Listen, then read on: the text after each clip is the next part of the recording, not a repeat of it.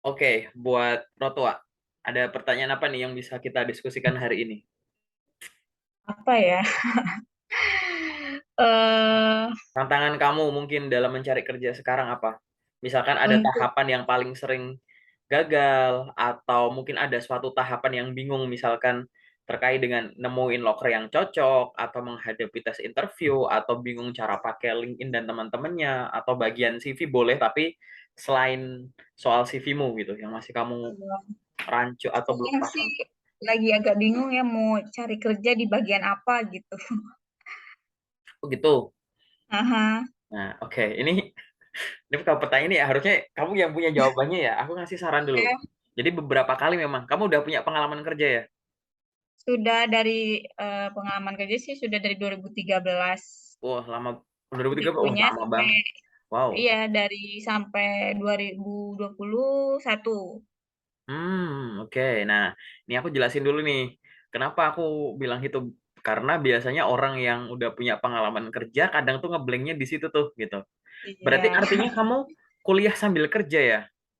sempat Sempet sekolah dulu. sambil kerja gitu ya? Dulu aku lulus D3 dulu, baru kerja. Nah, di situ sambil lanjut lagi kuliah, sambil kerja juga gitu. Oh, berarti mulai kerja pertama itu waktu ekstensi dari D3 ke S1 gitu. Enggak, setelah lulus D3 aku udah langsung kerja di Satu bagian perusahaan. laboratorium. Mm. Nah, setelah itu ya sambil cari duit ya kita lanjutin ekstensi itu. Sambil Oke, kuliah, sambil kerja gitu.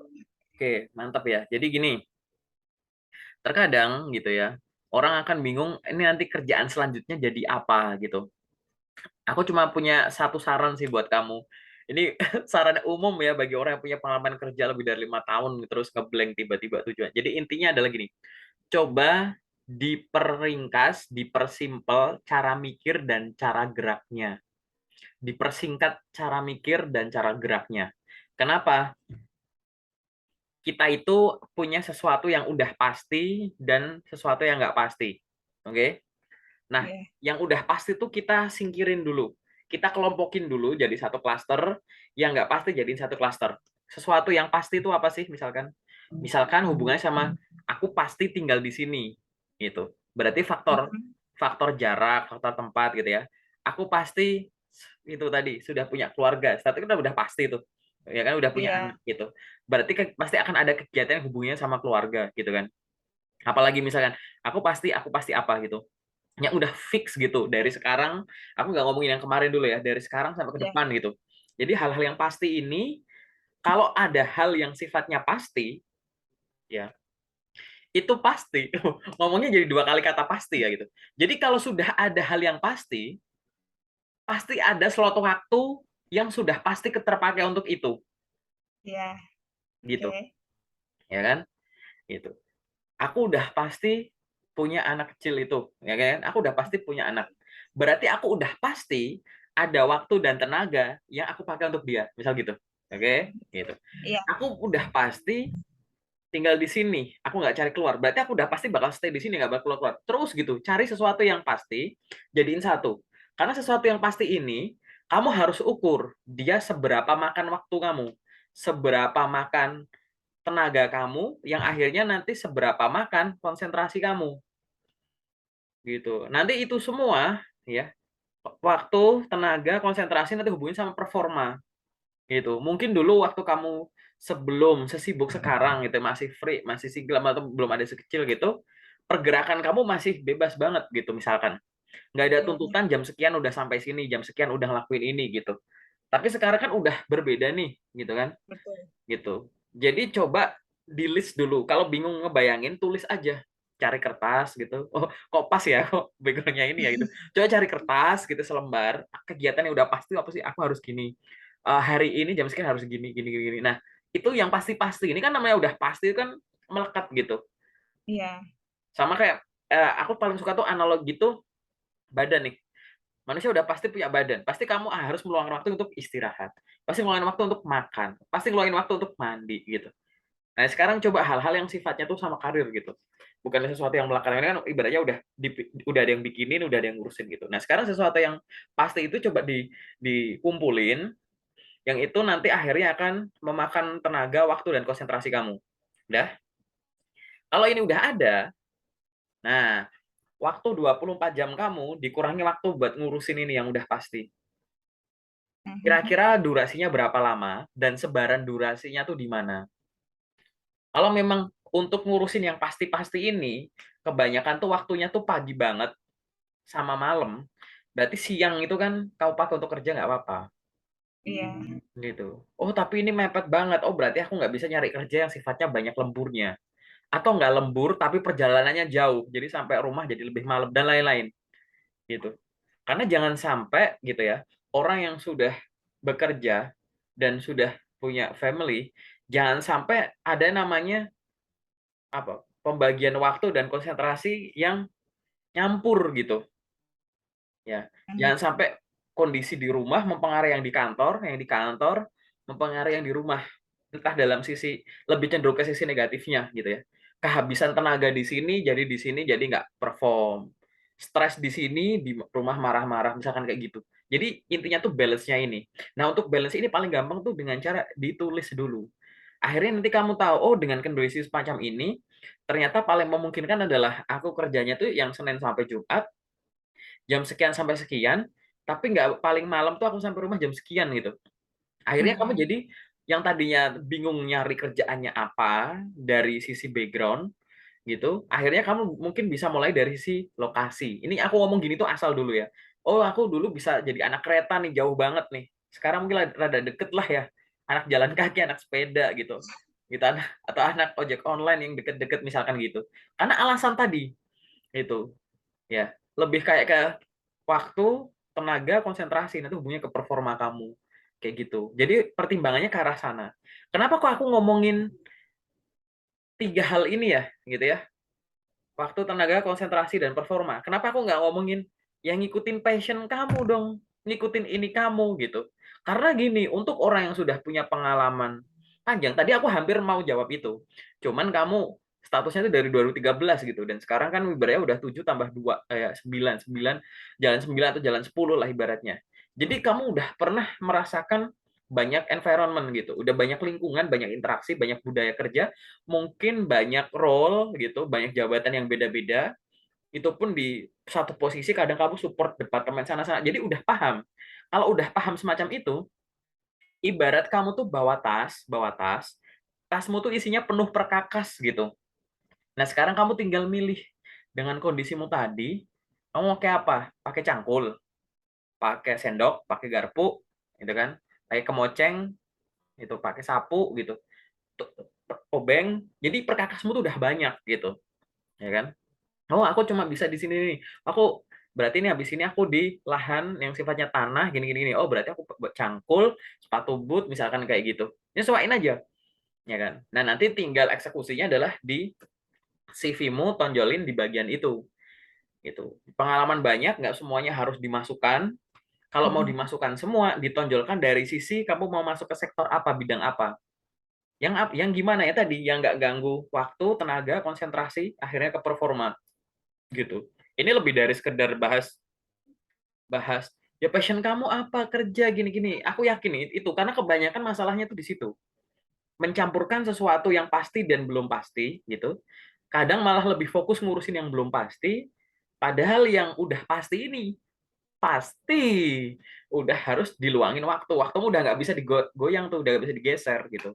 Nah, coba bikin kayak gitu gitu. Ini berlaku untuk semua orang yang sudah punya pengalaman kerja, dan khususnya yang kondisinya udah beda gitu, yang tadi masih single, masih bebas, dan udah ada anak gitu, itu udah beda kayak gitu. Kalau nanti ibaratnya bidangnya apa, terus kerjaan yang tipenya gimana, itu terserah. Kamu boleh sesuai jurusan, sesuai pengalaman kerja, mau yang sifatnya WFO, WFH, hybrid, dan lain-lain, itu kamu bisa nentuin sendiri. Nah, nanti kalau masih bingung nentuin itu, baru kita diskusi. Coba yang aku bilang ini, coba coba kamu cari-cari dulu. Kan ibaratnya banyak alat, tapi kan nggak harus semuanya ini kan. Ibarat kamu tuh tukang belanja gitu ya, suka belanja pakaian gini gitu. Kalau bingung itu kan bukan akhirnya jadi semua pakaian kamu double-double kan. Ini aku pakai ini, terus ini Iya. aku pakai, jadi semua dipakai dalam satu waktu kan enggak. Nah, Ya. munculkanlah kesadaran itu bahwa pengalamanmu banyak, pengetahuanmu banyak, dan nggak mungkin semuanya bakal jadiin satu di satu role gitu. Jadi tinggal milih toolsnya aja gitu. Gitu sih. Ada gambaran nggak atau masih bingung?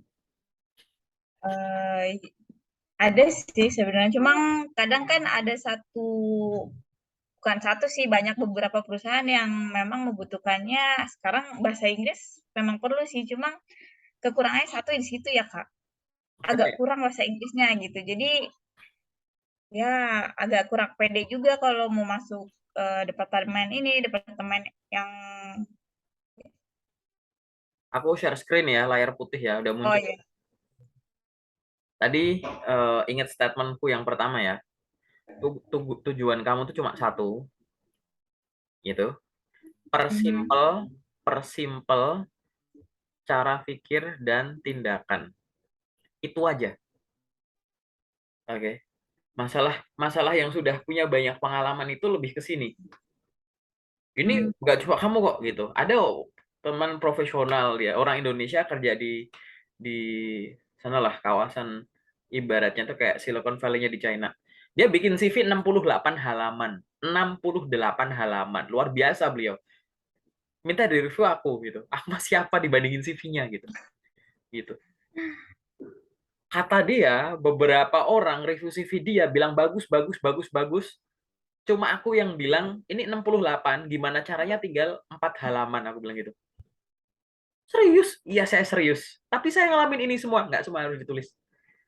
Pokoknya dibikin 4. Banyak yang ngasih sugesti itu kurangin 10, kurangin 15, ini udah bagus, udah ini gitu, udah menjual. Tapi aku bilang, jadiin 3 atau 4 deh. Gitu. Aku bilang gitu.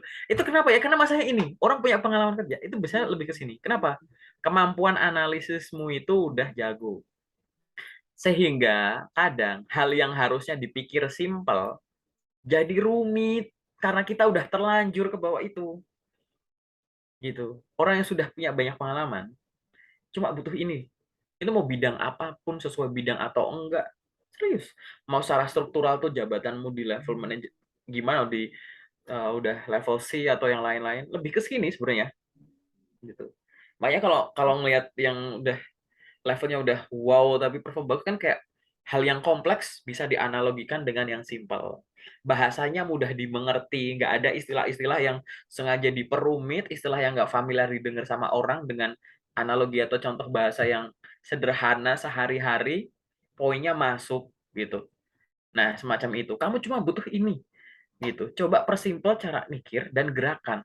Tapi kan aku ini bahasa Inggris bla bla bla bla bla bla bla. Masalahmu soal apa sih tadi? Nggak apa-apa.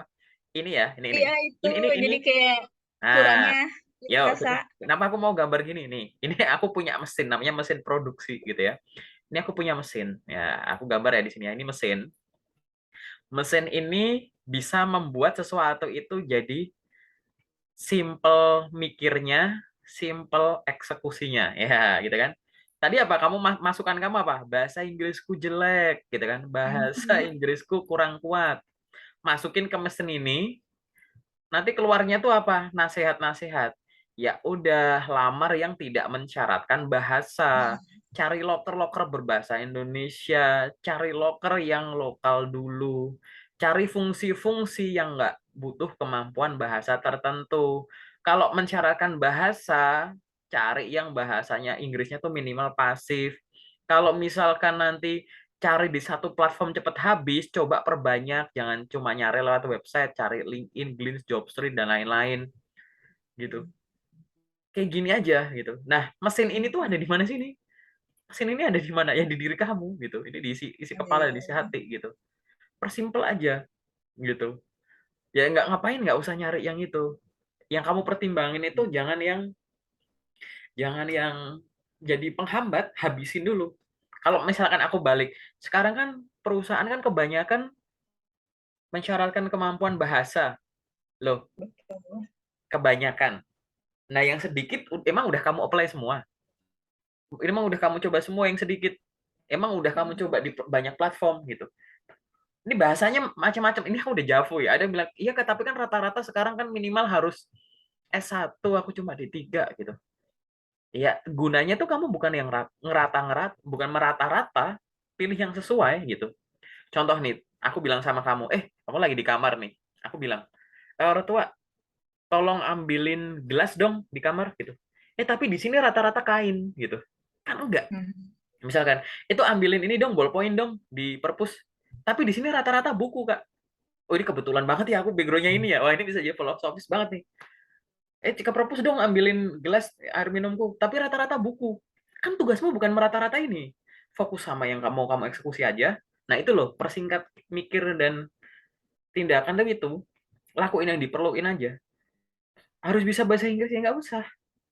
Karena aku melihat harus bisa bahasa Inggris tuh seolah-olah aku analogikan ya. Mhm. Misalkan backgroundmu tuh sekarang lulusan S1 manajemen misalkan. Terus habis itu kamu daftar sebut aja perusahaan PLN misal. Tapi rata-rata orang elektro Kak yang masuk PLN. Terus masukku kayak terus itu yang bukan orang teknik elektro tuh kan juga ada. Ngapain kamu merata-rata orang orang elektronya tahu nggak? Kayak gitu loh. Fokus sama Iya. yang lain masa iya sih kayak gitu loh. Ya kan? Itu namanya persingkat itu ini. Ini. Jadi jangan jangan dipersulit di sininya dulu. Ini nggak cuma sama kamu, semua orang yang punya pengalaman kerja pasti ngalamin ini, termasuk aku. Aku pernah ada di titik ini, gitu. Ngapain ya gitu ya? Ini mau yang besok nih mau pakai yang mana? Bingung bener gitu.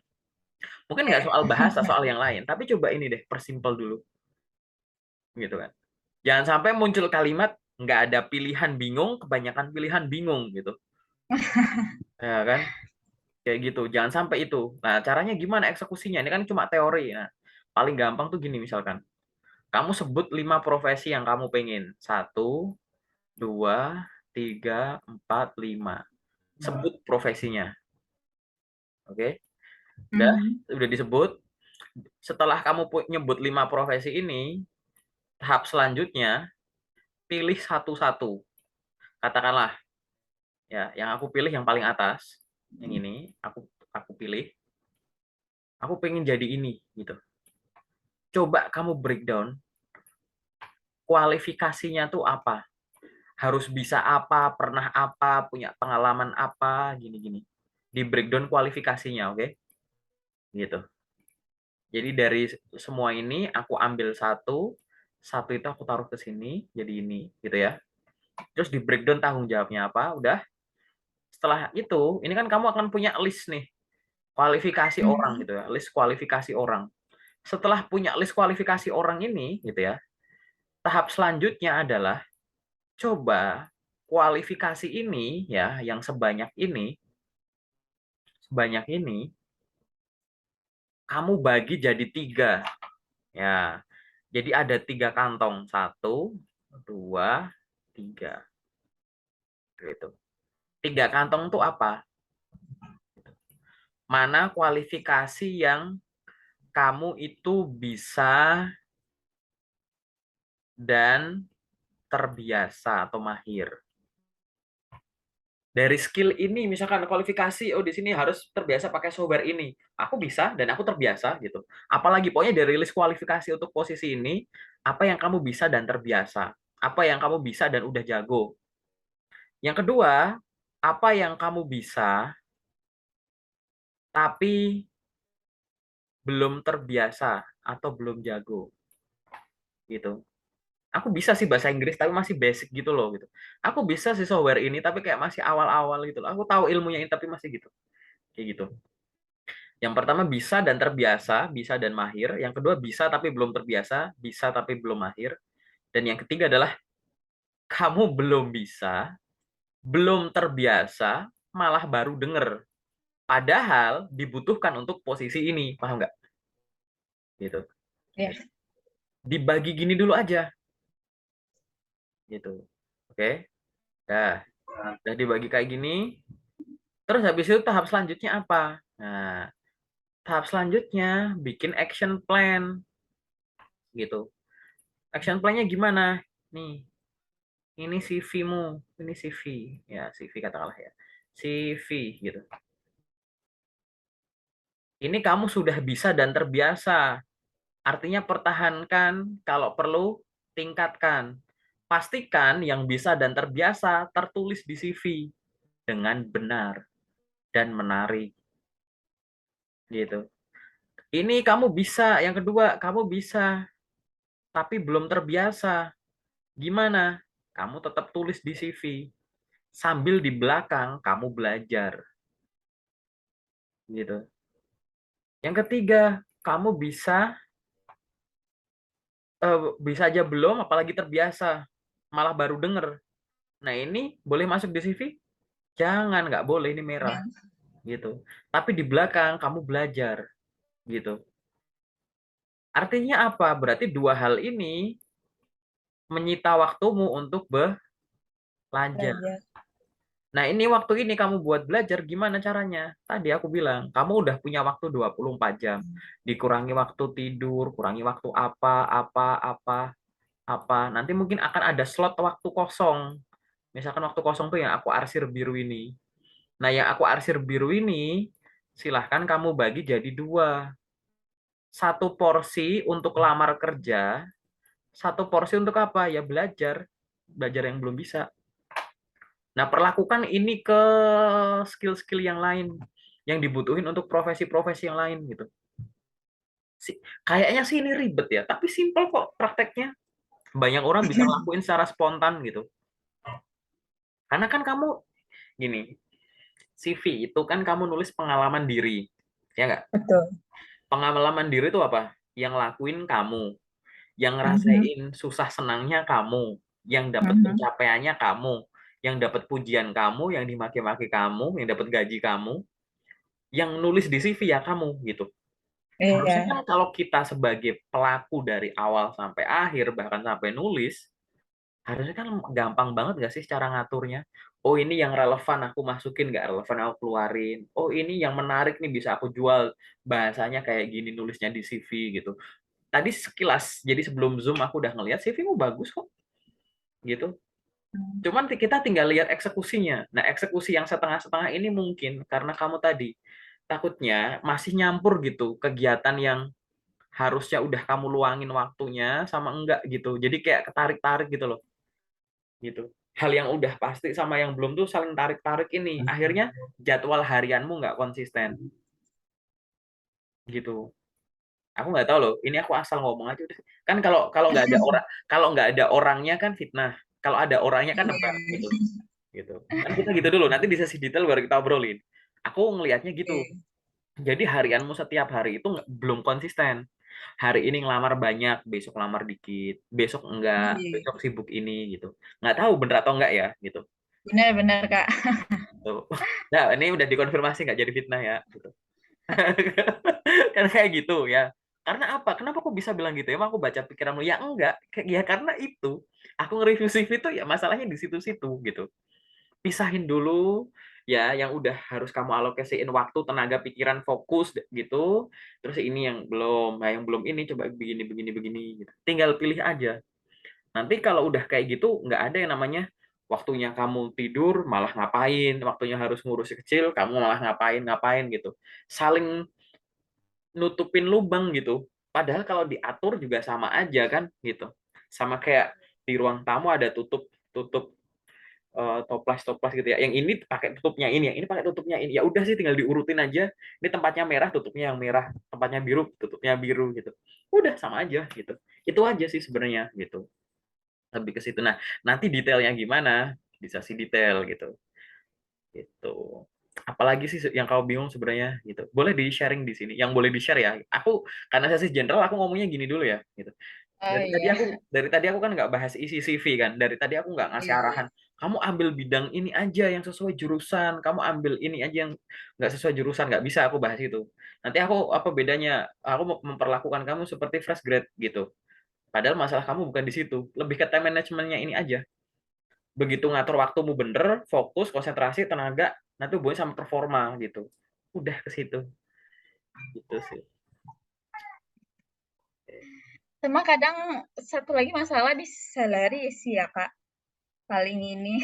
Nah, ini kalau ngomongin salary itu gini, anggap aja ya, kamu tuh sejak awal tuh udah dinego gaji berapa, oke? Anggap aja. Jadi gini, jangan sampai di awal kamu udah estimasi salary, tapi Mhm. kamu iseng nekat. Jadi kayak sejak awal kamu tahu posisi ini, perusahaan ini nggak bisa memenuhi salary yang kamu pengen.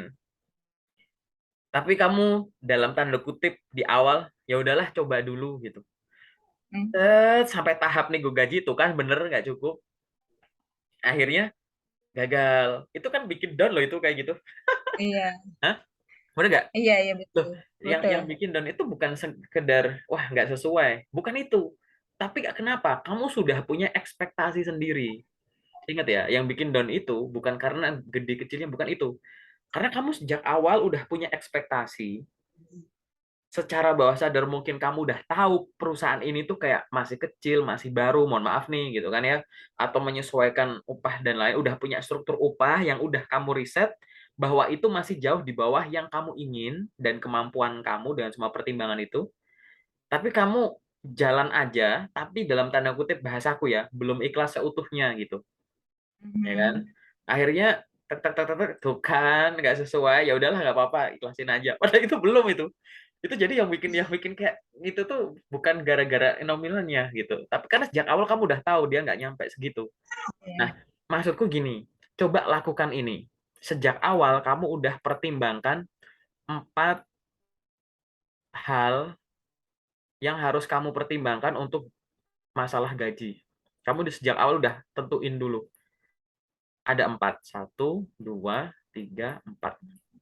Yang nomor 1 itu adalah jumlah gaji atau uang yang kamu butuhkan untuk operasional harian.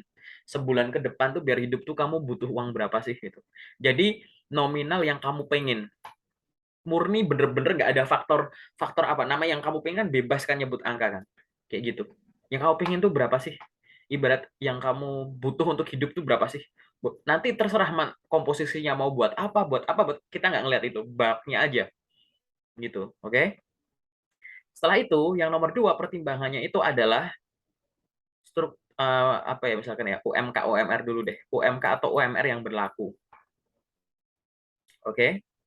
Yang ketiga, Oke. riset gaji pasar terkait dengan role atau posisi yang kamu lamar. Oke. Dan yang Iya. terakhir adalah gaji terakhir atau gaji tertinggi terakhir kalau orang yang sudah punya pengalaman kerja. Oke, kita bahas satu-satu. Kamu yang pertama tuh gaji yang kamu pengen tuh berapa sih? Ibarat kayak sebulan kamu tuh udah hidup pas-pasan itu berapa sih? Oh, aku butuh 5 juta misalkan. Nah, minimum tuh 5 juta misal.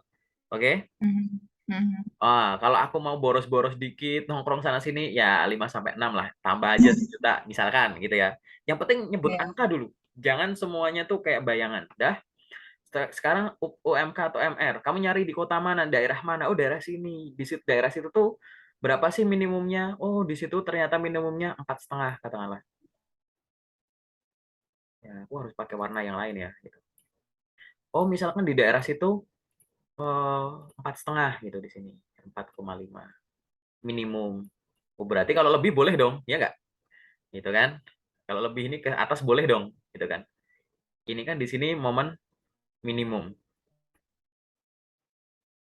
Oke, jelas nggak suaraku? Cek.